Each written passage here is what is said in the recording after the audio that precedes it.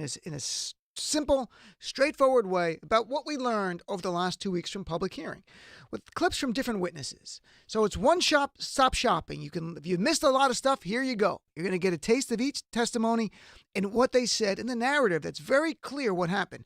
And the bottom line, the takeaway from these 2 weeks of public hearings, the GOP defenses utterly gone, destroyed, and that's by testimony under oath.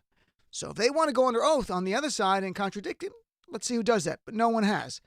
Second, Donald Trump has committed impeachable offenses and crimes. And again, there's no disputing that. So let's start out here.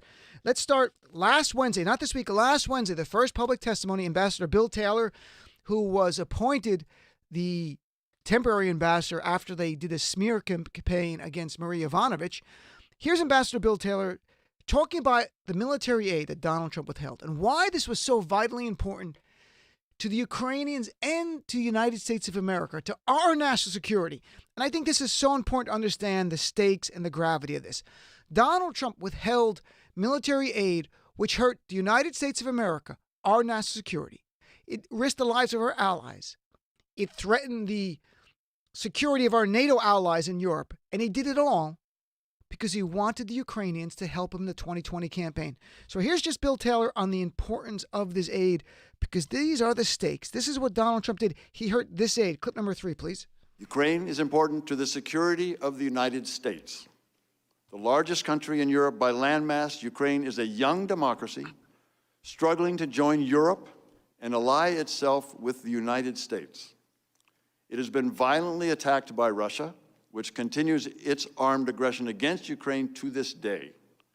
If we believe in the principle of the sovereignty of nations, on which our security and the security of our friends and allies depends, if we believe that nations get to decide on their own economic, political, and security alliances, we must support Ukraine in its fight against its bullying neighbor. Russian aggression cannot stand. Republican and Democratic administrations over 3 decades have been generous with assistance funding, both civilian and military, and political support. With overwhelming bipartisan majorities, Congress has imposed harsh sanctions on Russia for invading and occupying Ukraine. Mr. Chairman, there are 2 Ukraine stories today. The first is the one we're discussing this morning that you have been hearing about for the past 2 weeks. It's a rancorous story about whistleblowers, Mr. Giuliani, side channels, quid pro quos, corruption, and interference in elections. In this story, Ukraine is merely an object. Exactly. And it's an object for Donald Trump to use as a prop to help his 2020 campaign. So that's what that was about. Now let's go in more of the substance. Here is Bill Taylor again with George Kent. George Kent, you might recall, the guy with the bow tie, Deputy Assistant Secretary of State for European and Eurasian Affairs. And they talked about very clearly, in their view, and all the communications they had with the Trump administration in D.C., even though they're part of it, but Trump administration officials, what Donald Trump's concern was. Was it truly rooting out corruption? Let's have 2 men under oath tell us their view based on their years and years of experience serving our nation. Clip number 4, this is with Adam Schiff talking to them. I take it in your discussions, Ambassador Taylor, with Ambassador Sondland, or others, what was communicated to you was that the president wanted investigations into 2016 and the Bidens, not into an oligarch named Zlochevsky or self-dealing, but 2016 and the Bidens. Was that your understanding? That was my understanding. And in fact, when you said your staff overheard this call between Ambassador Sondland and the president, in that call, the president brings up investigation, does he not? He did. And immediately after the president gets off the phone with Sondland, Sondland is asked by your staff, what does the president think about Ukraine? And his answer is, he's just interested in the Bidens, am I right? He said he was more interested in the Bidens. More interested in the Bidens. No discussion of Zlochevsky or Chalupa or things that happened 7 years ago. He was interested in the Bidens. Yes, sir.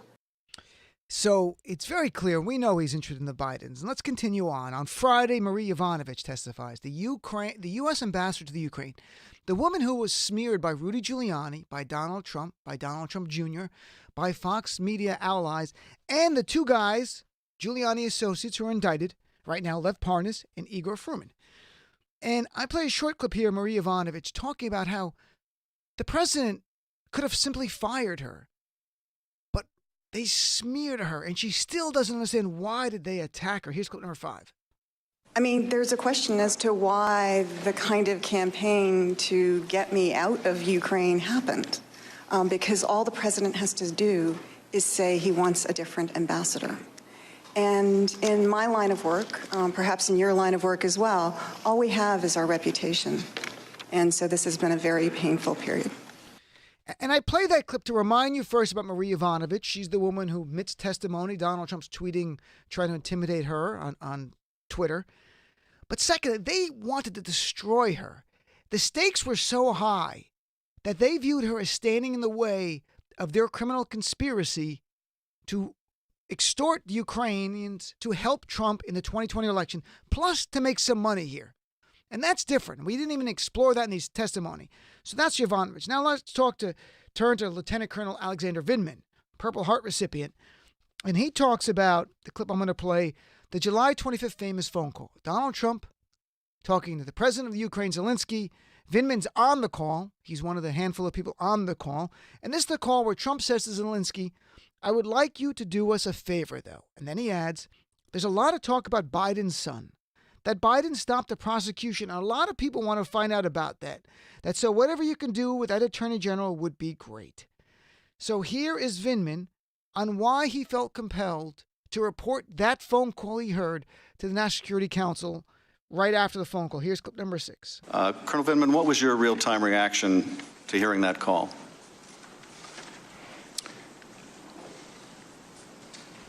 Chairman, without hesitation, I knew that I had to report this to the White House counsel. I had concerns, and it was my duty to report my concerns to the proper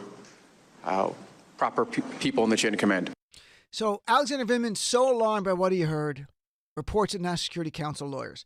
And then Vindman adds why he believed that this conversation with Trump and Zelensky was not a favor, but a demand. And here's the next clip. Chairman, the culture I come from, the military culture, when a senior asks you to do something, even if it's polite and pleasant, it's not to be taken as a request. It's to be taken as an order.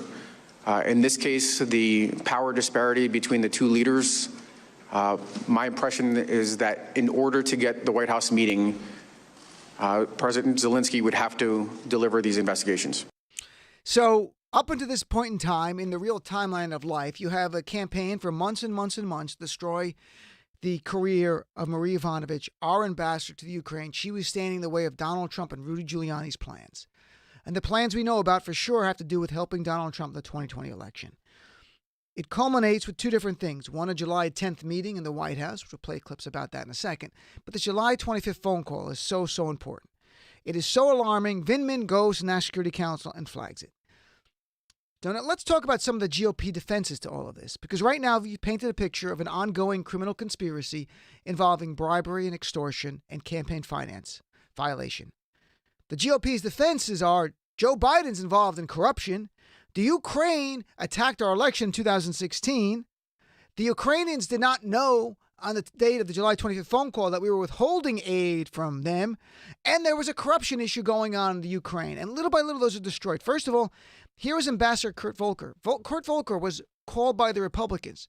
Kurt Volker completely clears Joe Biden based on his years of experience in Ukraine and knowing Joe Biden. He's our ambassador. So here is clip number 8. Ambassador, let me also ask you about the allegations against Joe Biden, because that has been a continuing refrain from some of my colleagues as well. Why was it that you found the allegations against Joe Biden related to his son or Burisma not to be believed? Simply because I've known former Vice President Biden for a long time. I know how he respects his duties of higher office, and it's just not credible to me that a Vice President of the United States is going to do anything other than act as how he sees best for the national interest. That was their witness. And then you had Laura Cooper testify, Assistant Secretary of Defense, who made it clear, first of all, the Ukrainians knew on July 25th, on that very day of the phone call, the aid was withheld. She testified to that. And then she added that by May of this year, months before Trump's phone call on July 25th, the Department of Defense had certified that the Ukrainian government had completed the anti-corruption measures needed to be able to get the release of the aid. And here she is talking about that with Congressman, I think, Swalwell or Himes. Here's clip number 9. Sir, the process that took place for the certification took place prior to the May certification to the U.S. Congress. So, right. Not only did it take place before, as required by law, but months before President Trump froze the money, the Department of Defense, in consultation with state, sent a letter to Congress certifying, and you said this in your opening statement, the government of Ukraine has taken substantial actions to make defense institutional reforms for the purposes of decreasing corruption, increasing accountability, and sustaining improvements of combat capability enabled by U.S. assistance. So by the time President Trump froze the aid, the Department of Defense had spent weeks, if not months, determining that the Ukrainian government met every requirement in the law and made significant strides in combating corruption. Is that correct? That is correct. We made that determination in May. We made it in May. So there goes that last GOP defense. And there's one more defense. We'll play Dr. Fiona Hill in a few minutes. The defense, the claim about the Ukrainians were attacking our elections. And she made it very, very clear in her opening statement. Dr. Fiona Hill was so impressive yesterday. Let's jump to clip number 14. This is the last GOP defense, and here as it falls, that the Ukraine was not involved in any way in attacking our election. Only one country was Russia, and the talking point that the Ukraine attacked us, where does that come from?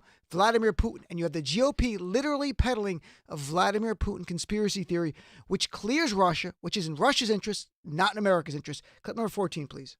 This relates to the second thing I want to communicate. Based on questions and statements I've heard, some of you on this committee appear to believe that Russia and its security services did not conduct a campaign against our country, and that perhaps, somehow, for some reason, Ukraine did. This is a fictional narrative that has been perpetrated and propagated by the Russian security services themselves. The unfortunate truth is that Russia was the foreign power that systematically attacked our democratic institutions in 2016. This is the public conclusion of our intelligence agencies, confirmed in bipartisan congressional reports. It is beyond dispute, even if some of the underlying details must remain classified. And then we get to the big witness, Gordon Sondland, the man who gave $1 million to get this job, who Donald Trump appointed, who he called a great American last week on Twitter. And Gordon Sondland testifies under oath about what transpired. First, Gordon Sondland names names to make it clear he was not doing something rogue. He was working with everybody in the administration. They were all in on this. It goes all the way to the top, Donald Trump and down. Let's hear clip number 10 as he names names. First, Secretary Perry, Ambassador Volker, and I worked with Mr. Rudy Giuliani on Ukraine matters at the express direction of the President of the United States. We did not want to work with Mr. Giuliani. Simply put, we were playing the hand we were dealt. We all understood that if we refused to work with Mr. Giuliani, we would lose a very important opportunity to cement relations between the United States and Ukraine. So we followed the president's orders. They follow the president's orders. They all work together. He named Perry. He named Pompeo. He even named Mike Pence. Sondland's named everybody. Now, if any of them want to clear their name, they should testify under oath. But they won't because they can't. And then Gordon Sondland closed the equation. Gordon Sondland told us point blank there was 2 quid pro quos. This for that. 2 counts of bribery, 2 counts of extortion. 1, if the Ukrainians wanted a meeting at the White House, they'd talk about an investigation into the Bidens publicly. And secondly, even worse, this aid that they were desperate for, having a hot war with Russia, they were only going to get. They went to a microphone and said investigation into the Bidens. So here's first Gordon Sondland on quid pro quo with the meeting in the White House visit, clip number 11. Fourth, as I testified previously, Mr. Giuliani's requests were a quid pro quo for arranging a White House visit for President Zelensky. Mr. Giuliani demanded that Ukraine make a public statement announcing the investigations of the 2016 election, DNC server, and Burisma. Mr. Giuliani was expressing the desires of the President of the United States, and we knew these investigations were important to the President. And if you have any doubt they were important to the President, we've had other people testify that David Holmes heard the conversation with Gordon Sondland. Gordon Sondland had this phone conversation on July 26th, saying Donald Trump asked, how's the investigations? He's going to do it, Zelensky. And then Gordon Sondland here add the second part, quid pro quo for the release of the military aid. This military aid is 10% of the total Ukrainian military budget. They're in the midst of a hot war with Russia, who is backing separatists on their border, killing Ukrainians, and Donald Trump withheld this as leverage to force the Ukrainians to make an announcement to help Donald Trump's 2020 campaign. It is that simple. Donald Trump put his personal reelection over the national interest, national security of the United States of America. Here's clip number 12. And in fact, you had a discussion, communication with the Secretary of State in which you said that logjam over aid could be lifted if Zelensky announced these investigations, right? I don't recall saying the logjam over aid. I recall saying the logjam. That's what you meant, right, Ambassador? I meant that whatever was holding up the meeting, whatever was holding up our deal with Ukraine, I was trying to break. Again, I was presuming. Well, here's what you said in your testimony a moment ago. Okay. Page 18. But my goal at the time was to do what was necessary to get the aid released, to break the logjam. Okay, that's still your testimony, right? Yeah. So the military aid is also an official act, am I right? Yes. This is not President Trump's personal bank account he's writing a check from. This is $400 million of U.S. taxpayer money, is it not? Absolutely. And there was a logjam in which the president would not write that U.S. check, you believed, until Ukraine announced these 2 investigations the president wanted, correct? And he says correct. That got cut off there, but he said correct. I can assure you he said correct after that. The reality is Gordon Sondland is still protecting someone. There is something still missing here because Gordon Sondland refused to back off from his statement. I presume the president was saying the aid, as well as the meeting, the aid would not be released until the Ukrainians announced investigation. And he got pressed on that all day. And he kept saying, this was my presumption. This is what I believed. And they would say to him, did Trump tell you specifically on the aid? And he would say, no, but this is my presumption. Now, either he's protecting Trump or his understanding of dealing with Trump made it very clear. When Donald Trump said to Sondland, and this is not disputed, both Gordon Sondland testified to this and David Holmes, who heard the conversation, said this, that when Sondland was on the phone with Trump, he asked, what do you want from Zelensky? And he said, I want him to do the right thing. We all have seen mob movies. We know what that means. Do the right thing. Do the right thing is announce the investigation. That's what he wanted. There's no doubt about it. And then Fiona Hill, to make it even more clear what was going on, she testified, and she was remarkable yesterday, Dr. Fiona Hill, about a meeting in the White House. There's Gordon Sondland on July 10th with Ukrainian officials and saying, hey, we got to deal with Mick Mulvaney. That's what he says. And we're not going to release the aid. You only invoke Mick Mulvaney, not because of a White House meeting. Mick Mulvaney's in charge of OMB, Office of Management and Budget. He is the guy with the aid. He is the guy withholding the aid. So when he says, we've got to deal with Mick Mulvaney, and there's no disputing that, he said that, it's because they're withholding aid. They all know what's going on. And here is Fiona Hill talking about she was so frustrated with Gordon Sondland because he was not keeping her and her boss, John Bolton, in the loop. And then she came to the epiphany that Sondland was doing what Donald Trump wanted. And others were in the loop, like Pompeo and Mick Mulvaney. They were left out of this loop. So what Sondland was doing was not a rogue activity. It was what Trump wanted. And he wanted an investigation into the Bidens. And if he didn't do that, there was not going to be a meeting and there was not going to be military aid. And here's Fiona Hill with this, revealing the epiphany she had, clip 15. That he wasn't coordinating with us because we weren't doing the same thing that he was doing. So I was upset with him that he wasn't fully telling us about all of the meetings that he was having. And he said to me, but I'm briefing the president. I'm briefing Chief of Staff Mulvaney. I'm briefing Secretary Pompeo, and I've talked to Ambassador Bolton. Who else do I have to deal with? And the point is we have a robust interagency process that deals with Ukraine. It includes Mr. Holmes. It includes Ambassador Taylor as the chargé in Ukraine. It includes a whole load of other people. But it struck me yesterday when you put up on the screen Ambassador Sondland's emails and who was on these emails, and he said, these are the people who need to know, that he was absolutely right, because he was being involved in a domestic political errand. And we were being involved in national security foreign policy, and those two things had just diverged. So he was correct, and I had not put my finger on that at the moment, but I was irritated with him and angry with him that he wasn't fully coordinating. And I did say to him, Ambassador Sondland, Gordon, I think this is all going to blow up, and here we are. And here we are. And those three words are so key. Domestic political errand. That's what Gordon Sondland was on. He was on a domestic political errand to help Donald Trump. Gordon Sondland is the ambassador to the European Union, but he's focused on a domestic political errand for Donald Trump, to help Donald Trump win re-election in 2020. And he is the conduit. He is the one talking to Trump and saying to Trump what's going on with the Ukrainians. In fact, to Donald Trump, this was such a high priority. Gordon Sondland is sitting in the Ukraine on July 26th at lunch with David Holmes and takes out his cell phone, unscheduled, calls President Trump and gets him on the phone within minutes. And has a conversation where it's not disputed. Sondland testified this and Holmes did as well.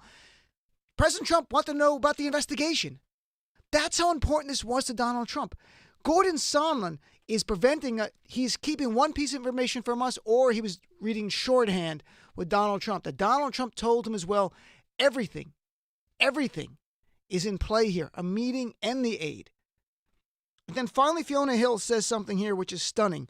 She goes to John Bolton, who none of us really like, neocon who led us into the Iraq War, conservative, right-wing guy, but who's been in government long enough to know when he hears what's going on, he hears international ambassadors, U.S. ambassadors to international countries, are talking about a domestic political errand. John Bolton knew instantly, go to the lawyers, because this is bad. Here's clip number 16, Fiona Hill. Did you have a conversation with Ambassador Bolton after this subsequent meeting with Ambassador Sondland? I had a discussion with Ambassador Bolton both after the meeting in his office, a very brief one, and then one immediately afterwards, the subsequent meeting. So the subsequent meeting, or after both meetings, when you spoke to him and relayed to him what Ambassador Sondland said, what did Ambassador Bolton say to you? And when I came back and related it to him, he had some very specific instruction for me. And I'm presuming that that's what was that specific instruction? The specific instruction was that I had to go to the lawyers, to John Eisenberg, our senior counsel for the National Security Council, to basically say, you tell Eisenberg, Ambassador Bolton told me, that I am not part of this whatever drug deal that Mulvaney and Sondland are cooking up. What did you understand him to mean by the drug deal that Mulvaney and Sondland were cooking up? I took it to mean investigations for a meeting. Did you go speak to the lawyers? I certainly did.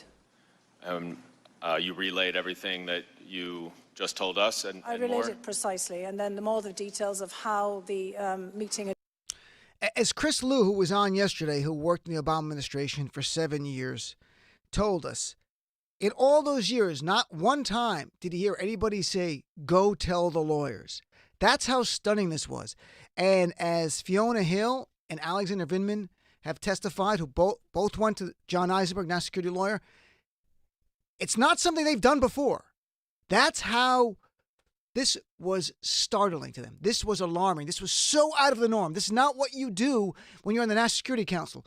You work on our national security. Your focus is in the title of your position. But Trump made it about a domestic political errand. That's what this was about. His re-election campaign. And for John Bolton to call it a drug deal. And don't forget, when you hear Mick Mulvaney, acting chief of staff, but really, more importantly, he's the head of the OMB, Office of Management and Budget. And it was the Office of Management and Budget that just a week and a half after that meeting announced that the aid to Ukraine was being withheld.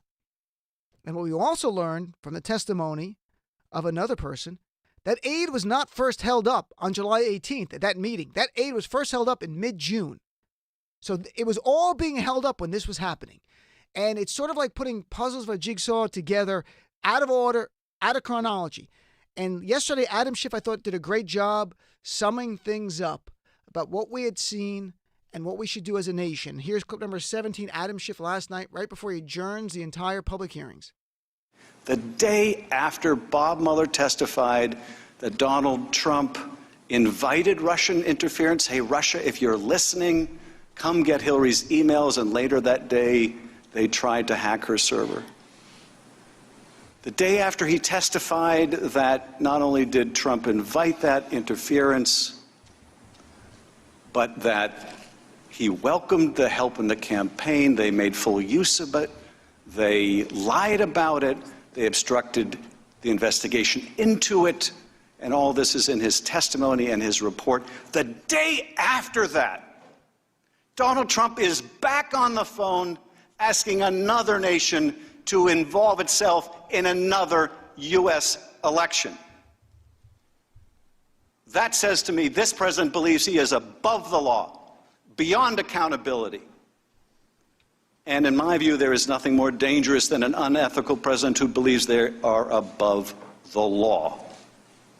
And I would just say to people watching here at home and around the world,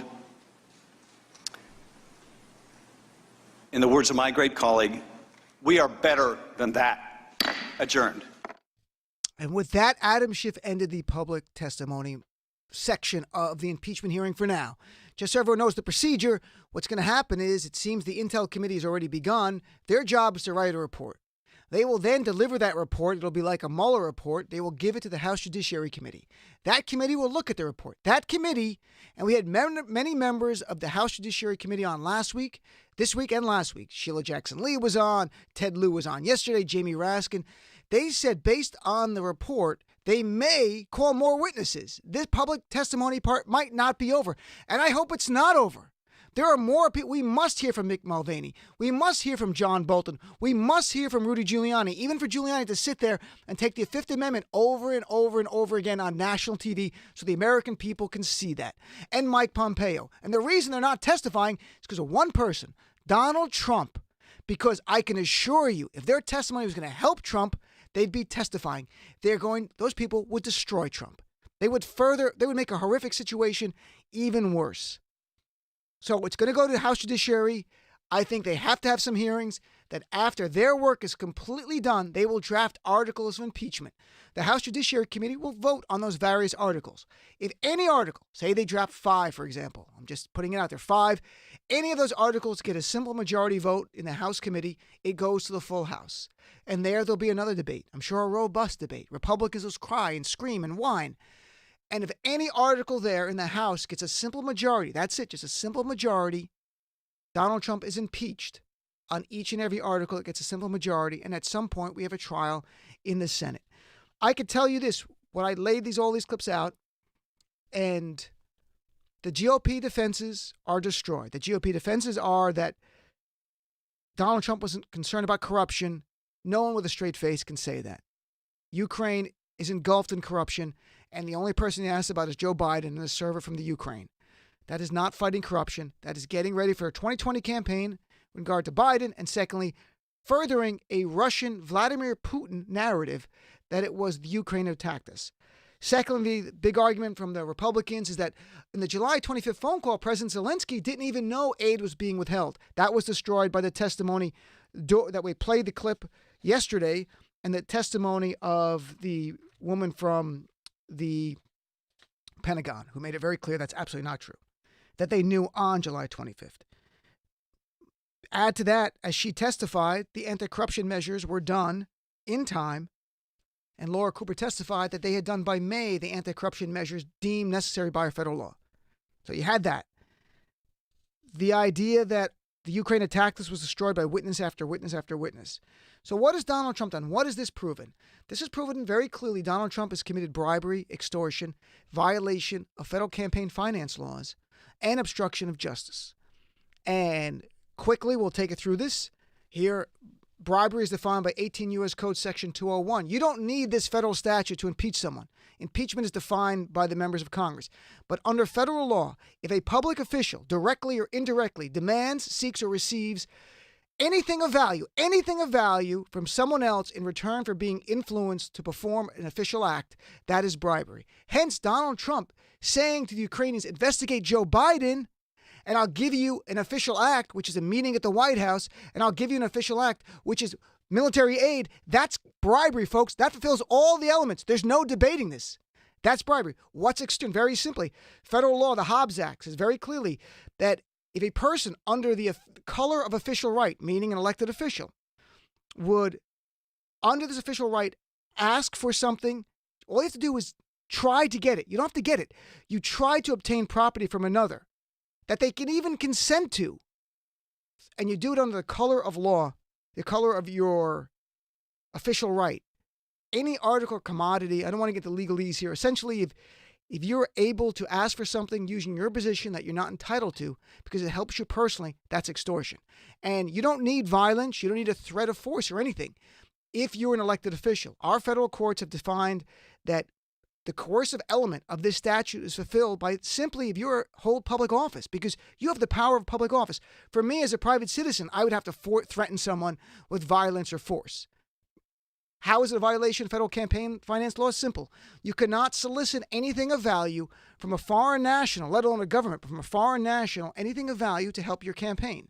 We all know that because when Trump Jr. was meeting with the Russians to do opposite research, everyone made that very clear that was the law. Obstructions also patently clear. Obstruction of justice, Donald Trump is preventing witnesses from testifying who have relevant knowledge, and he's doing it knowingly and willfully. Those are the crimes. You don't need these crimes, but these are the articles of impeachment that you're going to see. You probably won't see extortion, you'll see bribery, because bribery is one of the enunciated reasons to impeach somebody. It's treason, bribery, high crimes, and misdemeanors. And I can assure you this, and we'll talk about this more next week, when the framers of the Constitution drafted high crimes and misdemeanors, it is not as ambiguous as people want you to believe it is. It's not. It was based on British law at the time. And British law at the time defined high crimes and misdemeanors. And there's so many treatises on this. Like, it's ridiculous the way the media talks about this. High crimes and misdemeanors, in shorthand, was an elected official abusing and breaching the trust of the public, using their office to breach the trust of the public to benefit personally. That's a high crime. That's what Trump did here, folks. There is no doubt if the framers were here, they would impeach and remove Donald Trump. So I tell you, and I submit to you, my ladies and gentlemen of this listening jury, that Donald Trump is guilty of various crimes and impeachable offenses. He should be impeached. There should be a trial in the Senate, and he should be removed, making him the first president in the history of this great republic to be removed. He deserves it. He will not be removed, though, because he has bribed the jury. So it is up to us to remove Donald Trump November 3rd, 2020. That's where we stand. So I talked a lot. I wanted to have these clips here. People want to listen on demand over the weekend. You can listen to the clips more and more. You know, I wanted to lay it out in sort of a long form way. I could have just made it about the crimes here, but you've got to get a flavor of what's going on. The stakes, the Ukraine aid is so vitally important to the Ukrainians. The attacks of Marie Yovanovitch show you how desperate they were. They had to destroy and smear her. Trump could have fired her. He didn't. He smeared her because they were trying to send a message. She was standing in the way. And I believe they were sending a message to every other ambassador. If you stand in the way of my sinister goals, you'll be destroyed, not just fired. I'll destroy your reputation. And the list goes on. This was a drug deal, John Bolton called it. So alarmed, he said, go to the lawyers. Alexander Vindman, Purple Heart recipient, Lieutenant Colonel, heard the phone call, immediately went to National Security Council. This is where we stand. This is an easy case to prove. If we were in a real jury courtroom with an unbiased jury, Donald Trump would be convicted. I have no doubt, I'm sincere, no doubt, he'd be convicted of various crimes. This is where we stand. So let's take a break. I went really long. We'll take 2 quick breaks together. Well, we will have time for phone calls right after that. 866-997-4748. Be right back. Look, it's time the media start calling out Trump's false statements for what they are. Lies.